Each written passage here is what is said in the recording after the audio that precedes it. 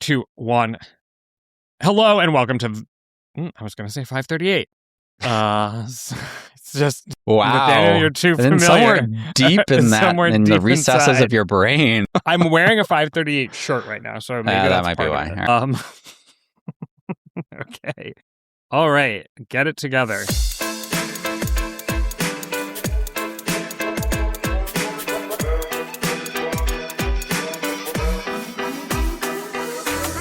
Hello and welcome to the GD Politics Podcast. I'm Galen Druk, and Nathaniel, managing editor at VoteBeat, is here with me, who I did not expect to see quite so soon. We spoke last week about ongoing election law fights regarding the midterms. We talked a little bit about this Callais case that had been heard by the Supreme Court, that they were considering whether Louisiana had to redraw its congressional maps due to a racial gerrymander.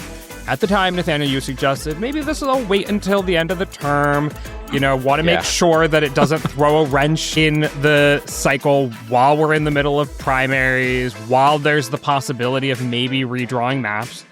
Famous last words, the decision came down Wednesday morning. So, Nathaniel, you're here with me now to talk about it. Welcome. How are you doing? Thanks, Galen. I'm good to be back. It's good to see you so many times in a short period of time. We should have major Supreme Court cases more often. Well, major Supreme Court cases. I also saw you in Washington, D.C. this past weekend for, I guess, another news-making event. Nathaniel, I think we have to stop hanging out. This is we don't have a good track record.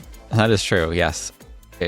For listeners out there, Galen is alluding to the White House Correspondents' Dinner, which we did not attend the dinner itself, but we did go to a couple of the ancillary parties. Exactly. It was good to see you, Galen. Galen. Just the losers get invited to, not exactly. Not the main event, just hangers on like us. Yes, but obviously, a scary situation at the actual dinner, and obviously we're glad everything's okay. And it, just goes to we've had many podcasts where we've talked about the rise in political violence, and it happens too darn often. Yeah, as you were joining today, I was thinking I have probably talked to you specifically about political violence and trend lines in political violence more than anybody else. Maybe we'll get into it a little bit more later, but let's talk about the Supreme Court's decision in Callais. I don't even want to try to match your prowess in terms of explaining what just happened. I'll just ask the challenging questions once you explain it, but give us the lowdown on what the opinion was and what it does. Yeah, so this was the Supreme Court case that was basically challenging the constitutionality of the Voting Rights Act, which is the civil rights era law that basically aims to prohibit racial discrimination in voting. And it's especially relevant to us in politics and election world because of its applicability to congressional districts, and in fact, districts of all shapes and sizes. Legislative districts, city council districts, making sure that those districts are drawn to give kind of a fair shot to minority candidates and to non-white groups in particular. So this decision came out on Wednesday morning. It was 6-3 along partisan/ideological lines. Judge Samuel Alito, who has long been, obviously, he's one of the most conservative members on the court, but in particular, on this particular issue of the Voting Rights Act and kind of racial discrimination, he's one of the most conservative issues. So this was not what liberals wanted to see. That said, the decision was not the kind of doomsday scenario for the Voting Rights Act, right? There was a lot of speculation that the entire act would be deemed unconstitutional or struck down, that there would be a grand pronouncement that race cannot be used in redistricting because that is illegal or unconstitutional racial discrimination. That didn't happen. According to the 14th Amendment. Essentially, the Voting Rights Act and the 14th Amendment are kind of being pitted against each other here in that self-described non-African American voters in this case said that based on the 14th Amendment, the way that the district had been drawn to consider race had discriminated against them. So anyway. Right, exactly. So there was this kind of tension, as you mentioned, in the law that a lot of conservative groups were really eager to resolve, which basically was that the Voting Rights Act, as it was kind of previously, before today, as it was understood to exist, said that basically whenever it was possible, you had to draw districts where non-white groups or minority groups specifically were able to elect candidates of their choice, where they were the predominant voting group. That were subject to a few kind of specific kind of conditions on that, like the groups had to be large and compact enough to constitute a majority of the district. There had to be racially polarized voting, which basically means that the minority group votes one way and the white voters vote the opposite way to try to kind of squelch that. But that was the general kind of takeaway of the Voting Rights Act. But the 14th Amendment says you can't discriminate based on race, as you said. And so there was this kind of tension where it was like, oh, well, we're going to try to draw districts that are kind of race aware enough that we're not discriminating against the minority group, but we can't be too blatant about it because then you're discriminating against white voters. So conservatives have been wanting to fill this kind of gap for a while. This case, I think, goes a long way to doing that. So basically, the upshot of the case is that the Voting Rights Act remains on the books, but there's basically a much higher threshold for violations of it. Basically, Alito who wrote the opinion, added all of these kind of conditions and criteria to when the Voting Rights Act is violated. I think the most important one is basically that before the Alabama map or the Louisiana map, they only had one majority black district when they could have had two, and just the absence of that second district was enough to make it violate the Voting Rights Act. But now, Alito says, and the Supreme Court agrees, that there has to be intentional discrimination for the Voting Rights Act to have been violated. And so basically what this means is it significantly raises the bar for proving your point if you are going to challenge a map as being illegal under the Voting Rights Act. We talk a lot about Section 2 of the Voting Rights Act in these conversations, and we're nerdy enough here. I think I might as well just read it to help edify what this whole debate has been. It's not particularly long. There's an A and a B section. A, no voting qualification or prerequisite to voting or standard practice or procedure shall be imposed or applied by any state or political subdivision in a manner which results in a denial or abridgment of the right of any citizen of the United States to vote on account of race or color or in contravention of the guarantees set forth in Section 1.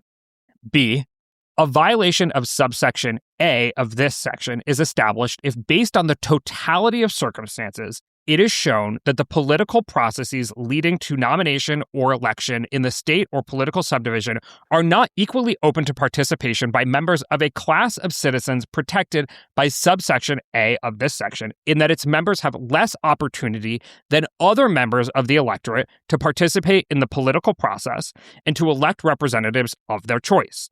The extent to which members of a protected class have been elected to office in the state or political subdivision is one circumstance which may be considered, provided that nothing in this section establishes a right to have members of a protected class elected in numbers equal to their proportion in the population.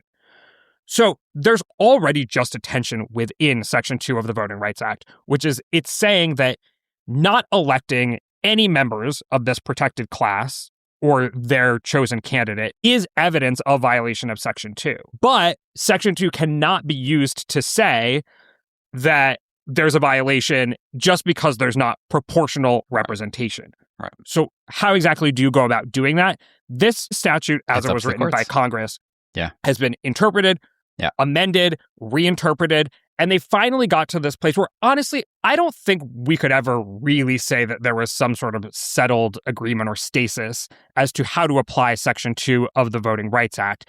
And oftentimes, these arguments have been made about race, but they are ultimately probably about partisanship and both parties sort of wanting to use the Voting Rights Act to get the maximum number of congressional seats possible. Back when this was first on the books, I did a whole documentary series about this way back in the day at 538. And I talked to folks in the civil rights community who said at the very beginning, it was Republican attorneys who were showing up to NAACP conferences saying, hey, you can draw a majority black district here. You should do it. And they were saying that because they wanted to pack Democratic voters into unique districts, making it harder for black voters and, say, like moderate white Democrats to come together to elect more Democrats in the South. And so by basically packing black voters together, it helped elect more Republicans around those districts. At one point, it was argued that it had to be a majority of that minority group had to be in the district. But then Democrats said, well, that's taking too many of our voters and putting them into singular districts. We want them to spread out more. So there were civil rights, more liberally, democratically aligned civil rights attorneys who would say, well, if a minority group can join together its votes with other, groups of voters to elect their candidate of choice, that's enough. It doesn't actually have to be a majority, so we're not packing Democratic voters into unique districts. And in fact, if you pack Black voters into unique districts, then that could be a violation of the 14th Amendment because you're diluting their power by putting too many Black voters in one district. So I think that oftentimes this can feel very like, you're racist, no, you're racist. It has been fully manipulated by both parties over the past 3 decades plus for partisan gain. I just want to say up front. Yeah, totally. And to your point, the text of the section doesn't really say a lot. Like a lot of the way that it has been applied to redistricting in particular has been kind of like made up as we go along, and that has led us to this incredibly complicated like jurisprudence where the Supreme Court keeps trying to nip and tuck at the section. And, it's really interesting, like you said, from a political perspective. But like, yeah, I mean, it does, I think, ultimately come down to politics. And I think it's going to come down to politics even more now that, Alito has made it, or the Supreme Court in general, the 6 conservatives on the Supreme Court have made it a lot harder, I think, to get a map struck down by the Supreme Court. But it also just makes it easier. Like, you no longer, if you are a Republican legislature, as long as you claim, hey, we're doing this for partisan reasons, or, we're not doing this we're not intentionally racially discriminating, you can draw maps that would have violated the old interpretation of the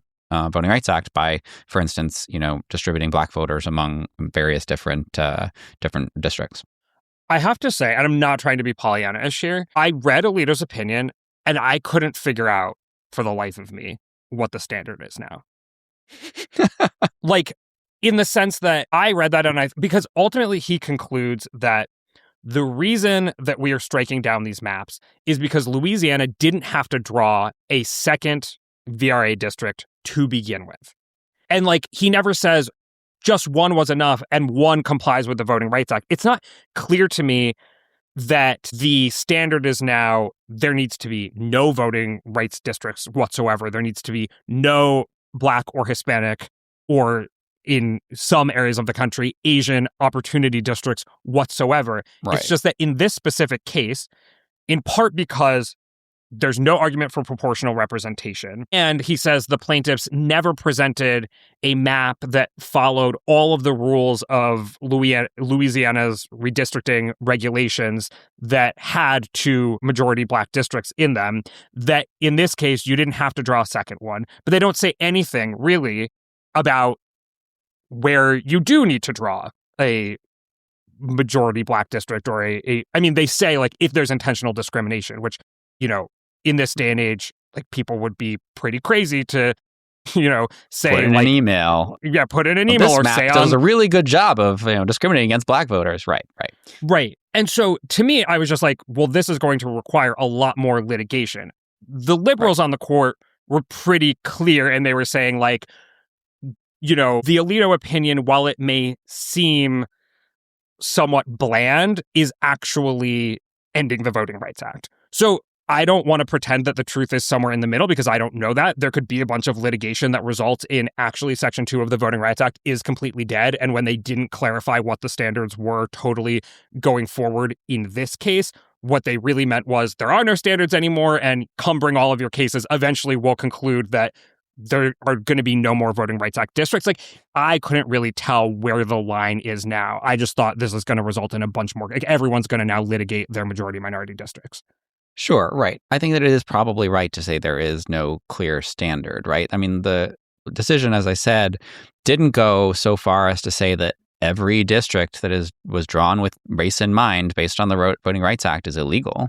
Like, only map that was struck down in this decision was Louisiana's, right? The other maps just kind of like exist out there in the ether, and people can try to argue that the other maps are Alabama, for instance, that is currently, a court has basically said that has to be in place until 2030. That's a state that actually can't do the kind of mid-decade redistricting that we have seen in other states. But like, somebody could argue, hey, let's sue over this specific map because this also, similar to Louisiana, was a racial gerrymander because it put race kind of at the top of the pecking order in terms of criteria for redistricting.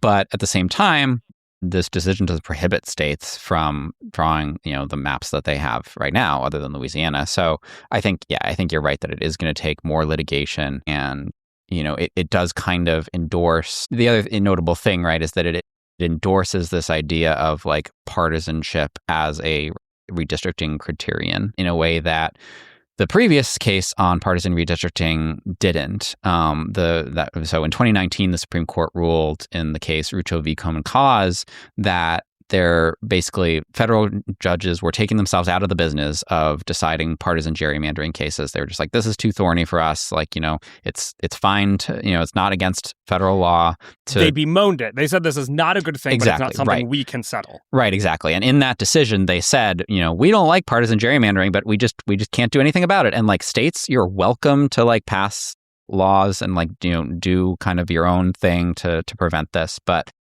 this decision actually kind of more actively embraces the idea that partisan gerrymandering is okay. And one of the things that Alito wrote is that basically if the state has an interest, if the state wants to draw a partisan gerrymander, that is a legitimate interest for the state. And so if you are challenging the map on Section 2 of the Voting Rights Act grounds, you have to be able to provide a map that doesn't racially discriminate, but still achieves those partisan goals, which in this era of racially polarized voting, especially in the South, which is, I think, going to be ground zero for this, that's just like really hard to do. And I think, the cynical interpretation, of a lot of, certainly the liberal justices and, a lot of voting rights advocates is that this does functionally get rid of the Voting Rights Act as a tool to challenge these maps, even if it is still on the books. Right. Basically, what Alito says in the opinion is you have to control for partisanship when you're making this kind of analysis in order to draw these maps. Right. And it's like, control for partisanship, we're talking about a voting group that is voting for Democrats at 90% plus. So if you control for partisanship, okay, well then maybe if that's the new standard, the Voting Rights Act Section 2 doesn't really exist anymore. I will be curious what that ends up meaning in practice. I think we've established that more litigation is to come, but if you had to wager a bet, how do you think this changes the congressional maps in the short term and then in the medium to long term? And maybe let's focus on 2026 right now. So as we've mentioned before, for 2026, I don't think that this is going to have a major impact. And that's just because the election is upon us, right? Some states have already held their primaries. Several others, the primaries are coming up. It's just too late in the game for most states to redraw their maps. Obviously, Florida is currently redrawing its map and was doing that before even this Callais decision. Those are the exception rather than the rule. And,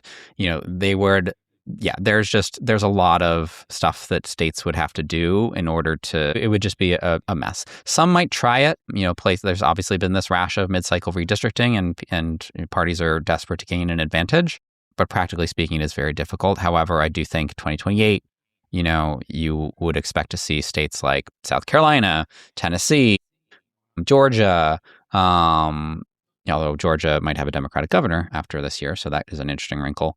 But like states like that do have these districts that were basically compelled by the Voting Rights Act, but where Republicans are at least currently in control of redistricting, they will probably want to redraw the maps and at least give it a shot to be like, hey, what if we get rid of the black district around Memphis or the black district in the Mississippi River area of Mississippi, and just kind of seeing whether those pass court muster under this new standard.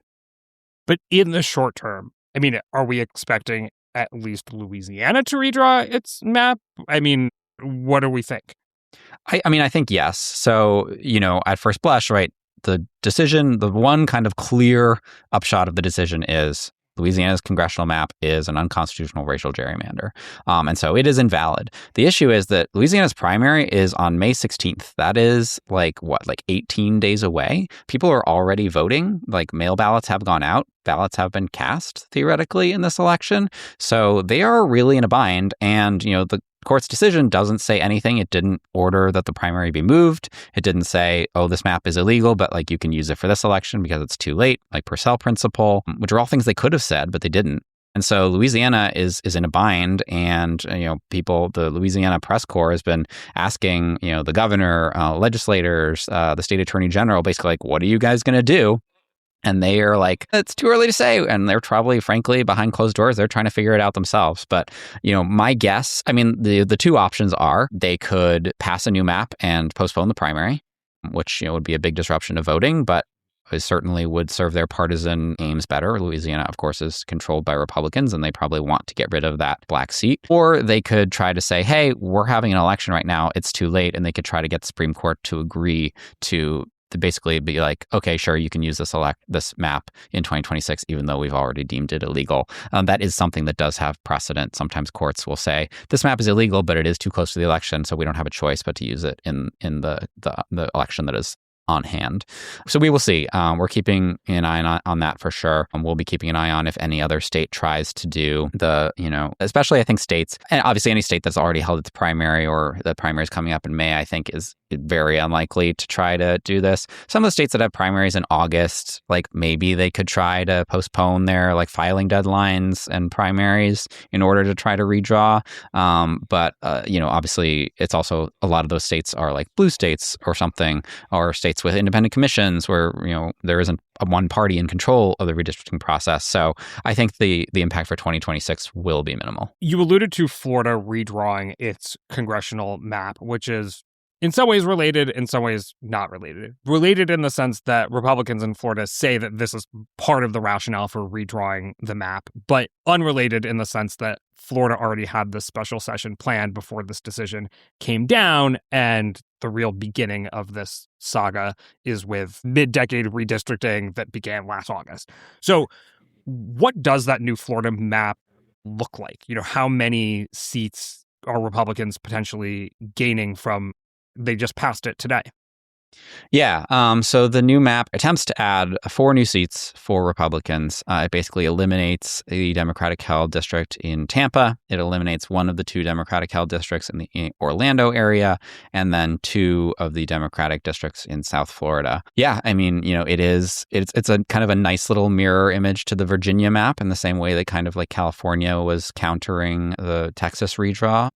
Florida obviously was aware of the result in Virginia and the proposed map in Virginia, I think, when they were drawing this. Yeah, I think this is apart from, whatever happens in Louisiana and potentially other states, this is kind of the last domino to fall in terms of the mid-cycle redistricting, mid-decade redistricting kind of wars that we have seen before we kind of switch over to the like Callais phase.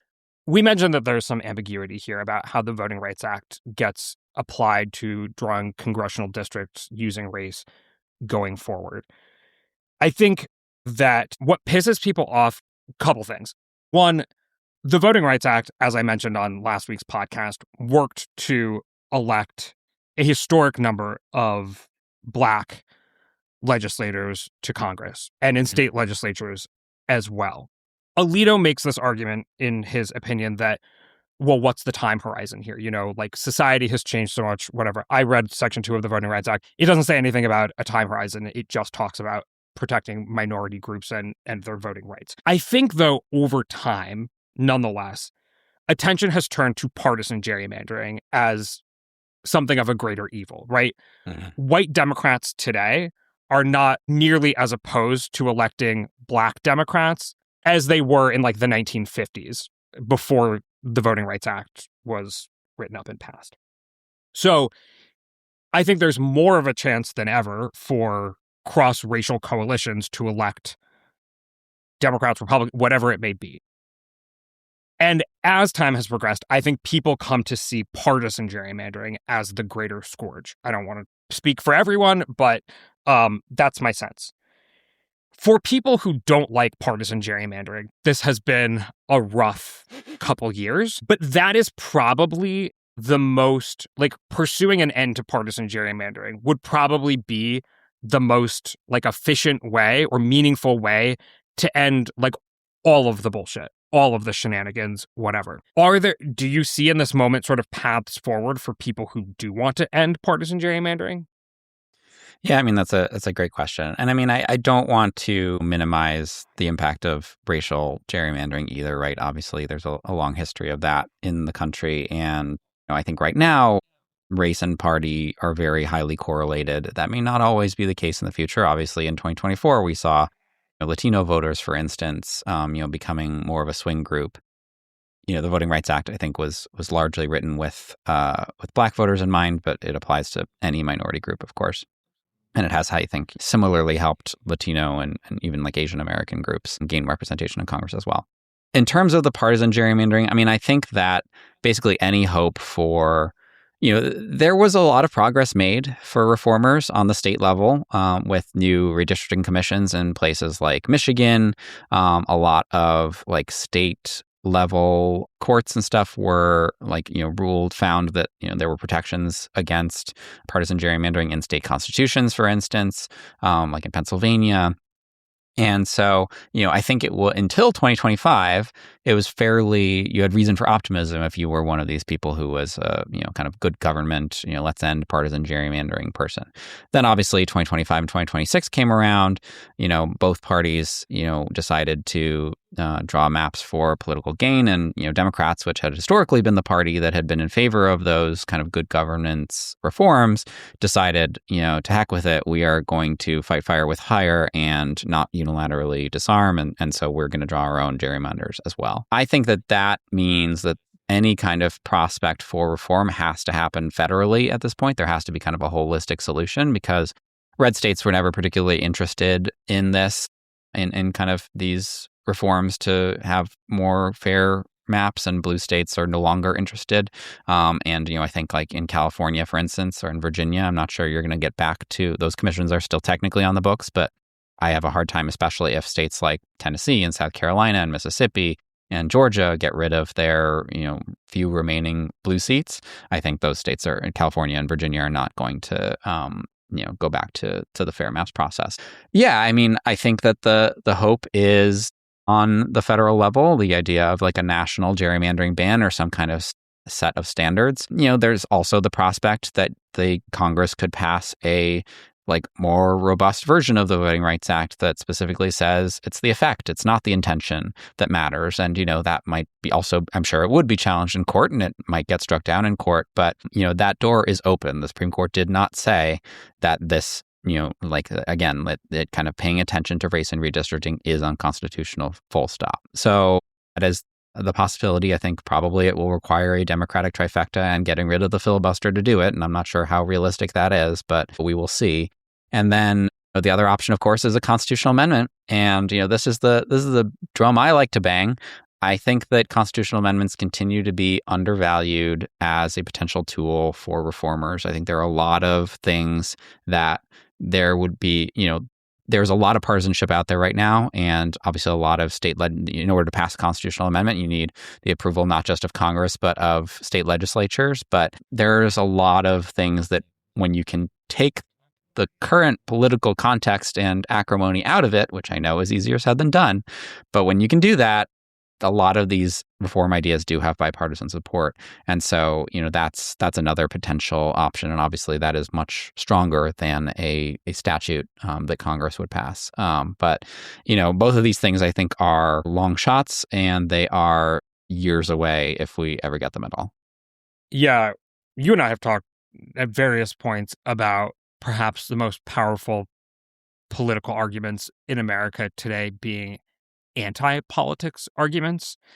And so in a way, you'd almost need a group of cross-partisan, anti-partisan independents to be like, here's the things that we're doing. Like, we're banning partisan gerrymandering, we're banning stock trading, we're making term limits, we're doing all of these things that are kind of a fuck you to the establishment, right? Like a populist kind of message that cuts across Democratic and Republican talking points, whatever usual partisan lines, and gets to the core of there's a lot of anger here and people are angry at the people in charge. And so let's, tell the people in charge that we're the ones in charge now.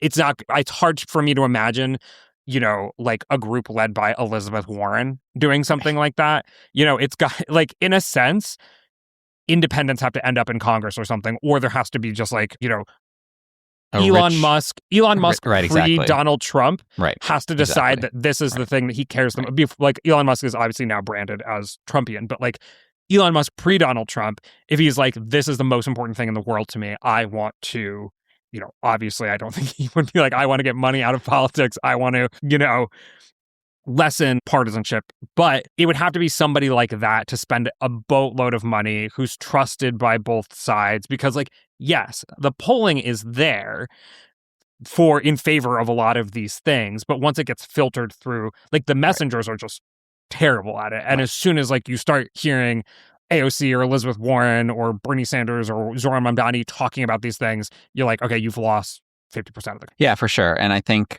I think I completely agree. I think a much more productive use of a, billionaire who is interested in politics as time is to try to pass a constitutional amendment instead of try to run for president. But, that would especially if you weren't born in America. Ego. Yeah.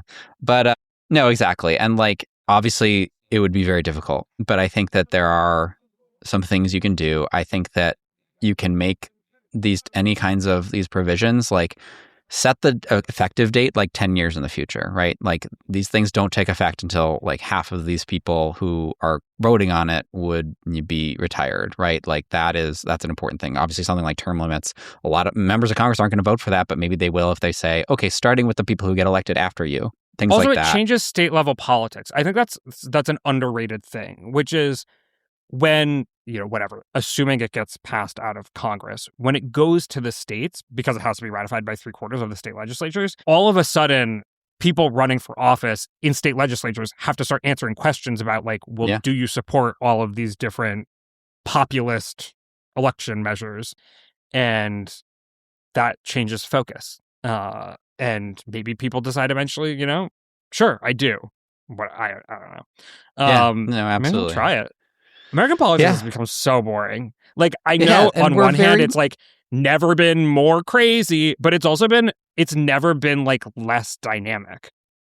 Right. A lot of it we have kind of like distilled down to like the purest essence of like turn of the century politics, right? And like it does feel like we've reached the end of the trends that have been happening for decades. And does the fever have to break? It doesn't have to, but I don't know. I always make the comparison to like the previous turn of the century and how, in like the 1890s and stuff like that, America was very polarized and we were not too far away from the Civil War and people hated each other and it wasn't a good situation.